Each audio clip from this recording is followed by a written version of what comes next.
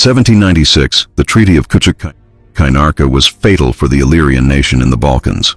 The Russian Empire allowed itself, in the name of the rights of the Christian populations of the Balkans, to give Russian priests from Moscow, of the Romanov Empire, the freedom to intervene in the territory of Illyria. From Odessa to present-day Slovenia, there was a concordat with the Pope of Rome that demarcated the line of the Gulf of Sidra and Singidunum, Belgrade. It is stated that while you may use the Slavic language for prayers, you must not touch the Catholic Western Rite, as the center is the Vatican. Thus, it is said that you can change the language, but the Serbs and Bosniaks of that time spoke Albanian. They were Albanians.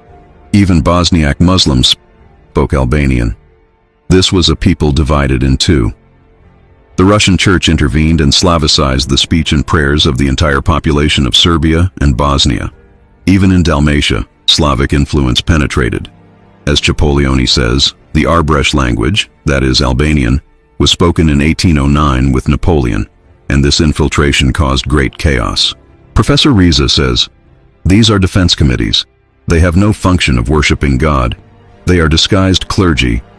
From Odessa to Belgrade and Athens, they are soldiers, officers, and have ranks. They serve as priests, practicing clerical Slavicism from Sirmian to Athens. I have also taken the example from Sirmian. In 1776 and 1774, the Mass in Vojvodina was held in the Albanian language. I have documents on this, everything from archives and encyclopedias that I have used. All these traces lead to the Albanian language. It is terrible that my people are not listening to this." Thanks to a brilliant British MP who says, "The churches in Kosovo are centers of armament, and the armament is transported with quick aid through ambulances." What do the Serbs want? Extraterritoriality in every church, so that the state has no right to enter there.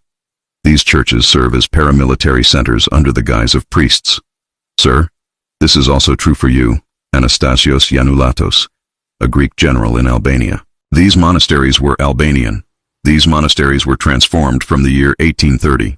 Vuk Karadžić himself, compiler of letters in Old Slavic, declared this that we are discussing and acknowledged that he is Albanian. He declared this before the correspondence he had with Peter Petrovich. Russian churches in Montenegro acted as paramilitary. The Prime Minister of Montenegro, Đukanović, says that they are not churches but Serbian paramilitary centers. Like these centers in Kosovo, so also those for humanitarian aid in Niš. Orthodox churches play the same role in Serbia, Bulgaria, and Greece. That is, they are centers for military preparation to maintain a violent, false identity, to cover up the traces that 200 years ago all the inhabitants of the Balkan space were Albanians.